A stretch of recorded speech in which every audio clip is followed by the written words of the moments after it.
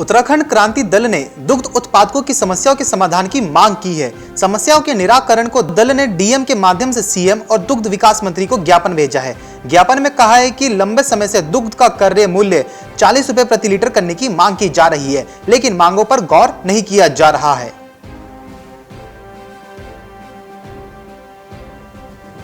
उदयपुर में अपनी बढ़ती कीमतों से कोहराम मचाने वाले प्याज के दाम इन दिनों कम हो गए हैं और आम आदमी की पहुंच में आ गए हैं। जहां एक महीने पहले प्याज के दाम 40 से 50 रुपए किलो थे, वो अब 15 से 20 रुपए प्रति किलो हो गए हैं।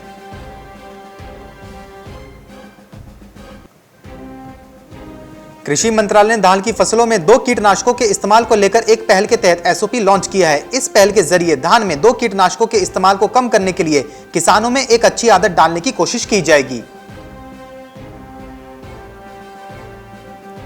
यूपी में अरहर दाल का भाव लगातार बढ़ता ही जा रहा है। आयात रुकने और स्टॉक बैलेंस शून्य होने का असर दलहन मंडी में साफ तौर पर दिख रहा है। फुटकर बाजार में अरहर दाल 135 रुपए के करीब बिक रही है। थोक में यही दाल 9,850 रुपए प्रति क्विंटल है। हरियाणा में किसी भी किसान को अपनी फसल बेचने में परेशानी का सामना ना करना पड़े, इसके लिए सरकार ने नियमों में बदलाव किया है। अब बगैर एसएमएस के भी मंडी में गेहूं लेकर आने वाले किसानों की गेहूं को खरीदा जाएगा। मध्य प्रदेश के सिरोंज तहसील क्षेत्र में गेहूं एवं चने की खरीदी चल रही है। एक तरफ जहां गेहूं के उपार्जन केंद्रों पर किसान पहुंचने लगे हैं, आवक बढ़ने लगी है, तो वहीं चने की खरीदी केंद्रों पर अब भी सन्नाटा पसरा हुआ है। खाद्य तेलों की वैश्विक कीमतों में सुधार के रुख और घरेलू मांग में तेजी के बीच दिल्ली तेल तिलहन बाजार में सोमवार को खाद्य तेलों के दाम में मजबूती कायम रही थी। आयातित तेलों के मुकाबले सस्ता होने की वजह से सरसों की देश में खपत बढ़ी है और उपभोक्ताओं को लगभग 16 साल के बाद मिलावट रहित सरसों का तेल खाने का मौका मिल रहा है।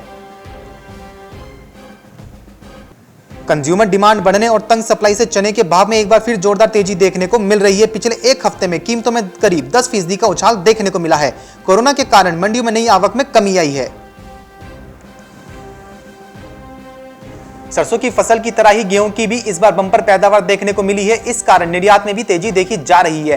पिछले साल के मुकाबले गेहूं के निर्यात में इस बार बम्पर वृद्धि हुई है। आंकड़ों के मुताबिक इस बार 9 लाख से अधिक का निर्यात हो चुका है, जबकि पिछले साल ये 2 लाख भी नहीं था।